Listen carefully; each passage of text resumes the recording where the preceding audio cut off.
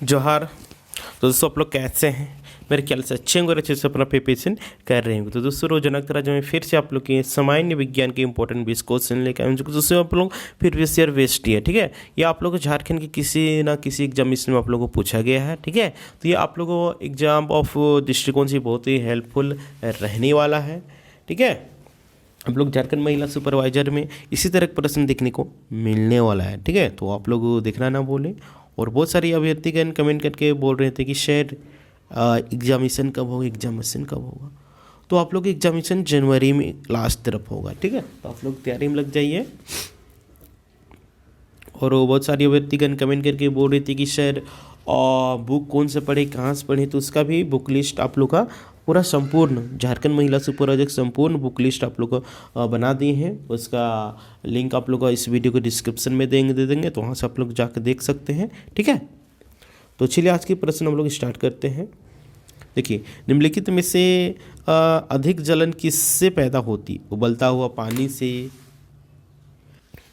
गर्म पानी से, भाप से, पिघलती प्लावी बर्फ से। तो इस प्रश्न के आंसर आप लोग क्या हो जाएगा? सी नंबर ऑप्शन, ठीक है। भाप से। कैसे भाप से? देखिए, बर्फ के गलन की गुप्त ऊष्मा आप लोग को 30 कैलोरी पर ग्राम होती है, ठीक है। वही जल के वाष्पन की गुप्त ऊष्मा 540 कैलोरी ग्राम होती है। अतः आप लोग स्पष्ट है कि भाप उबलते जल की अपेक्षा अधिक ऊष्मा धारण करती है। इसी कारण भाप से जलने पर अधिक जलन पैदा होती है, ठीक है। इस बात को आप लोग ध्यान दीजिएगा। इंद्रधनुष किस कारण से बनता है? अपवर्तन और परिक्षेपण के कारण, परिकीर्णन अपवर्तन के कारण। तो बताइए इस प्रश्न का आंसर क्या होगा दोस्तों? तो इस प्रश्न का आंसर आप लोग का अपवर्तन और परावर्तन, ठीक है। डी नंबर ऑप्शन बिल्कुल करेक्ट आंसर हो जाएगा। देखिए, इंद्रधनुष दोस्तों सूर्य के प्रकाश के जल की बूंद पर 2 बार अपवर्तन तथा 1 बार परावर्तन के कारण ही होता है, ठीक है। तो इंद्रधनुष के बनने के कारण आप लोग अपवर्तन हो गया, परावर्तन पूर्ण परावर्तन, ठीक है। इस बात को आप लोग ध्यान दीजिएगा। नेक्स्ट है, वस्तुनिष्ठ प्रकार की परीक्षा के लिए निम्न में से कौन सा अधिक उपयुक्त है? बताइए कौन सा? तो वस्तुनिष्ठ प्रश्न के लिए आप लोग ओमार, ठीक है, ओमार, जिसको हम लोग क्या बोलते हैं? ऑप्टिकल मार्क रीडिंग एंड रिकॉग्निजेशन, ठीक है। यानी कि हम लोग का ए नंबर ऑप्शन बिल्कुल से आंसर हो जाएगा, ठीक है। नेक्स्ट है, MRI मशीन में निम्न से किसका प्रयोग किया जाता है? तो बताइए MRI पहले सबसे पहले हम जानते हैं MRI क्या है। तो MRI आप लोग को इसका फुल फॉर्म होता है मैग्नेटिक रिसोनेंस इमेजिंग, ठीक है। तो इस मशीन का प्रयोग आप लोग का एक्स किरण में किया जाता है, ठीक है। एक्स किरण में किया जाता है, सॉरी दोस्तों, एक्स किरण नहीं, चुंबकीय तरंग, ठीक है। डी नंबर ऑप्शन बिल्कुल से आंसर हो जाएगा, राइट। नेक्स्ट है 35 नंबर में, अधिक द्रव्यमान वाली एक क्रिकेट बॉल और एक टेनिस बॉल को समान वेग से फेंका जाता है। यदि उन्हें रोका जाए तो क्रिकेट बॉल के लिए निम्नलिखित में से किसकी आवश्यकता होगी? अधिक बल, कम बल, समान बल, अपरिमित बल। तो इस प्रश्न के आंसर आप लोग क्या हो जाएगा? तो अधिक बल, ठीक है। ए नंबर ऑप्शन बिल्कुल से आंसर हो जाएगा। देखिए, एक समान वेग से गति कर रहे अलग अलग द्रव्यमान के लिए आवश्यक बल उन वस्तुओं के द्रव्यमान पर निर्भर करता है, क्योंकि क्रिकेट बॉल का द्रव्यमान टेनिस बॉल से अधिक होता है। क्रिकेट बॉल का द्रव्यमान टेनिस बॉल से अधिक होता है और उसे रोकने के लिए अधिक बल की आवश्यकता पड़ती है। नेक्स्ट है, सिलिकॉन क्या है? बताइए सिलिकॉन क्या है? तो सिलिकॉन एक अर्धचालक है, ठीक है। क्या है? सिलिकॉन अर्धचालक है। देखिए, सिलिकॉन इसका कुछ हम लोग फैक्ट्स जान लेते हैं, ठीक है। देखिए, वैसे पदार्थ जिनकी चालकता चालक तथा कुचालक के बीच होता है उसे अर्धचालक कहते हैं। यानी कि जो बीच वाला रहता है उसको अर्धचालक कहते हैं। जैसे आप लोगों को सिलिकॉन हो गया, जर्मेनियम हो गया, गैलियम हो गया, आर्सेनाइट का मुख्य अर्धचालक पदार्थ हो गया, ये सब आप लोग इसके अंतर्गत आएगा, अर्धचालक के अंतर्गत, ठीक है। तो सिलिकॉन भी एक प्रकार का क्या है? अर्धचालक है ना। जर्मेनियम भी है, गैलियम भी है, ये सब है, कुछ है इंपॉर्टेंट। नेक्स्ट है, सौर ऊर्जा का कारण क्या है? सौर ऊर्जा का कारण क्या है?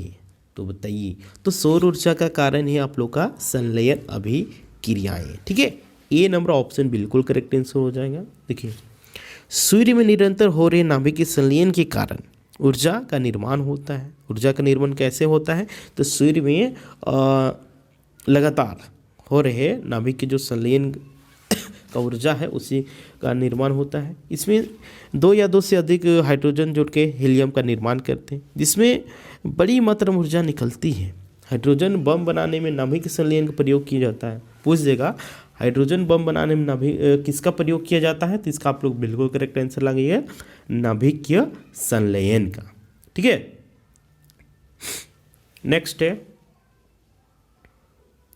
पीतल मिश्र धातु के मुख्य घटक है ना। पीतल में कौन कौन सा मिश्र धातु मिलकर बना होता है? तो ये आप लोग का तांबा और जस्ता मिलके। ठीक है, ए नंबर ऑप्शन बिल्कुल करेक्ट आंसर हो जाएगा। तांबा और जस्ता के मिलन से ही पीतल का निर्माण होता है। ये बहुत सारे एग्जामिनेशन में पूछा गया है। ठीक है, ये मत सोचिएगा कि ये सब ऐसे वैसे है, ऐसे वैसे प्रश्न हम आप लोग के लिए कभी लेकर आएंगे ही नहीं। ठीक है, जो एग्जाम पॉइंट ऑफ दृष्टिकोण से इम्पोर्टेंट रहेगा उसी को मैं लेके आऊँगा। ठीक है, क्योंकि मेरे पास भी उतना फालतू का समय नहीं है ना। नेक्स्ट है निम्न में से कौन सा तत्व एक उपधातु है? तो बताइए इसमें कौन सा उपधातु है, वो आप लोग को छांट के बताना है। तो ये आप लोग का सिलिकॉन। सिलिकॉन एक प्रकार का क्या है? उपधातु है, बाद बाकी ये सब नहीं है। ठीक है, सिलिकॉन जैसा कि आप सभी को अभी बताएं अर्धचालक है। इसका परमाणु संख्या की बात करते हैं सिलिकॉन का तो 14 होता है। ठीक है, इसका मुख्य तो उपयोग आप लोग सेमीकंडक्टर उद्योग में किया जाता है। ठीक है, सेमीकंडक्टर का उपयोग कहाँ किया जाता है? सिलिकॉन का उपयोग कहाँ किया जाता है? तो सेमीकंडक्टर उद्योग में। ठीक है, नेक्स्ट है अपमार्जक यानी कि डिटर्जेंट पृष्ठ को किस सिद्धांत पर साफ करते हैं? बताइए किस सिद्धांत पर साफ करते हैं इसको? श्यानता, पृष्ठ तनाव, प्रत्यस्थता, प्लवन। तो इस प्रश्न के आंसर आप लोग क्या हो जाएगा? पृष्ठ तनाव। ठीक है, बी नंबर ऑप्शन बिल्कुल सही आंसर हो जाएगा। नेक्स्ट है निम्न में से कौन सा प्राकृतिक बहुलक है? इनमें से कौन सा प्राकृतिक बहुलक है? लेकिन प्राकृतिक रूप में आसानी से कौन सा पाया जाता है? तो ये आप लोग को सेल्यूलोज प्राकृतिक रूप में बहुत ही अत्यधिक मात्रा में पाया जाता है। ठीक है, इसलिए बी नंबर ऑप्शन बिल्कुल करेक्ट आंसर हो जाएगा। नेक्स्ट है फोटोग्राफी की फिल्म बनाने के लिए सिल्वर के कौन से लवण का प्रयोग किया जाता है? बताइए फोटोग्राफी की फिल्म बनाने के लिए सिल्वर के कौन से लवण का प्रयोग किया जाता है? Silver bromide, silver chloride, silver sulphate, silver nitrate. तो इस प्रश्न के आंसर आप लोग क्या हो जाएगा? तो सिल्वर ब्रोमाइड। ठीक है, देखिए ये भी बहुत सारे एग्जामिनेशन में पूछा गया है। देखिए फोटोग्राफी फिल्म पर सुग्राही पायस जिसको एमल्सन कहते हैं तैयार करने के लिए सिल्वर ब्रोमाइड का प्रयोग किया जाता है, क्योंकि ये हाइपो यानी कि सोडियम थाइसल्फेट सॉल्यूशन में विलय होती है, जिससे फिल्म पारदर्शी होता है यानी कि फिल्म दिखता है ना। फोटोग्राफी में किस चीज़ का प्रयोग किया जाता है? तो सिल्वर ब्रोमाइड का प्रयोग किया जाता है। ठीक है, इस बात को आप लोग ध्यान दीजिएगा। नेक्स्ट है डायस्टेज। ठीक है, डायस्टेज एंजाइम क्या है? लार ग्रंथि है, अमाशय है, यकृत है, अग्नाशय है। तो क्या है? तो लार ग्रंथि आप लोग हो जाएगा इसका बिल्कुल करेक्ट आंसर। ठीक है, डायस्टेज एंजाइम का स्रोत है लार ग्रंथि। ठीक है, देखिए लार ग्रंथि स्टार्च को माल्टोज में तोड़ता है और ये क्या है? एक बृहस्राविक ग्रंथि है ना।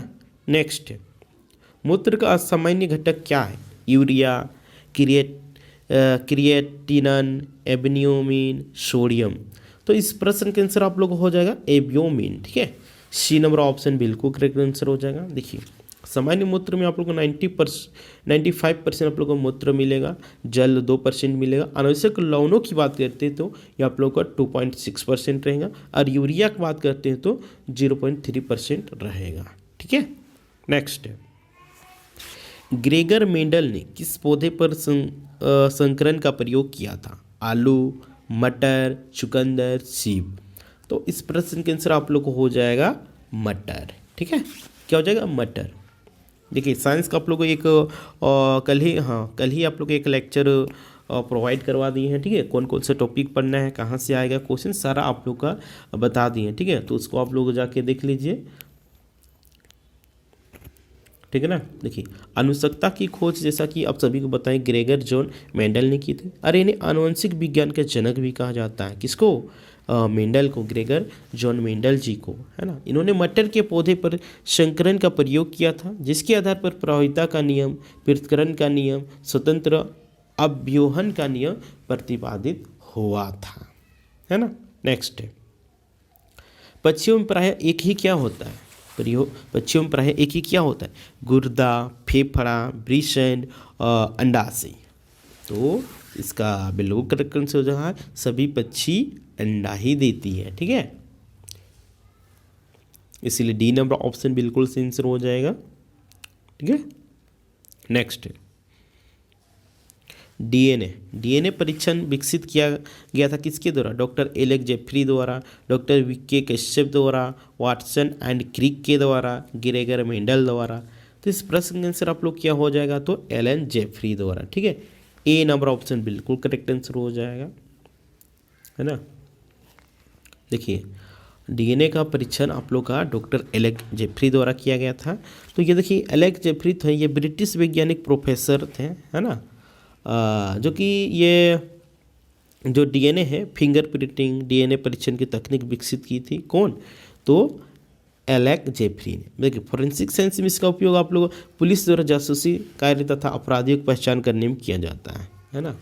पुलिस फोरेंसिक लैब में आप लोग का अपराधियों का जांच करने के लिए किया जाता है, किसका? डीएनए का परीक्षण किया जाता है, टेस्टिंग किया जाता है। नेक्स्ट है निम्न में से कौन सी धातु इटाई रोग पैदा करती है? देखिए रोग से आप लोग को कल भी बताए थे लेक्चर में, उसमें कितना इंपॉर्टेंट है, देख रहे हैं यहाँ भी आ गया। देखिए तो इटाई रोग पैदा कौन सा करती है? कैडियम, क्रोमियम, कोबाल्ट, कॉपर। तो इस प्रश्न का आंसर आप लोग क्या हो जाएगा?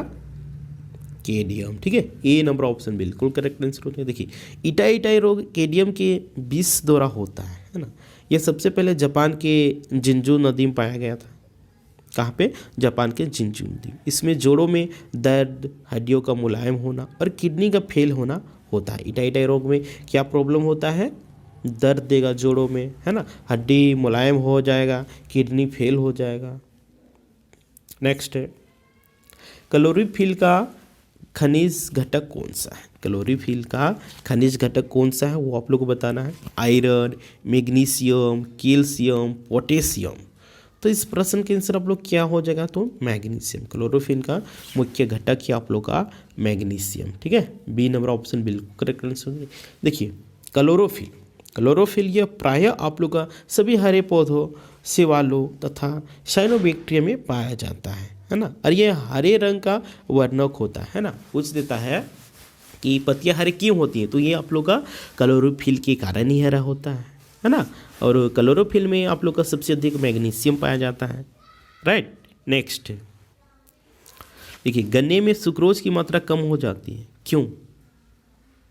यदि पादप की वृद्धि की अवधि के दौरान भारी वर्षा हो जाए, या फिर बीम दिया हुआ यदि पकने की अवधि के दौरान पाला पड़ जाए, या फिर सीम दिया हुआ यदि पादप की वृद्धि की अवधि के दौरान तापमान में उतार चढ़ाव हो, या फिर डीम दिया हुआ यदि पकने के समय दौरान तापमान ऊंच हो। तो इस प्रश्न के आंसर हम लोग का क्या हो जाएगा? यदि पकने की अवधि के दौरान पाला पड़ जाए, यानी कि शीत गिर जाएगा, जब पकेगा तो उस समय हमारा जो गन्ना है उसका सुक्रोज जो चीनी की मात्रा वो कम हो जाएगा, ठीक है। इसलिए इस प्रश्न का आंसर आप लोग का बी नंबर बिल्कुल करेक्ट आंसर हो जाएगा, ठीक है। तो उम्मीद करते हैं कि आप लोग का सेशन अच्छा लग रहा होगा तो लाइक करें, कमेंट करें, वीडियो को ज़्यादा से ज़्यादा शेयर करें, ताकि जितने भी तैयारी करने वाले अभ्यर्थीगण हैं उन लोगों को पहुंच सके, ताकि उन लोग भी इसका फ़ायदा उठा सकें, है ना। देखिए कितना ज़रूरी है प्रीवियस ईयर को करना, ठीक है। कोई भी एग्जामिनेशन हम बता दे रहे हैं, कोई भी एग्जामिनेशन तैयारी कर रहे हैं, ठीक है, आप लोग सबसे प्रीवियस ईयर देखिए, उसके बाद आप लोग सिलेबस पढ़ना से स्टार्ट कीजिए। देखिए प्रीवियस ईयर देखने से क्या होता है ना, आप लोग लगभग हर लेक्चर में आप लोग बता दे, जैसे लेक्चर में बता दे रहे हैं, ठीक है। क्या होता है देखिए, मान के चलिए पढ़ लिए जैसे हैं क्लोरोफिल का खनिज, ठीक है।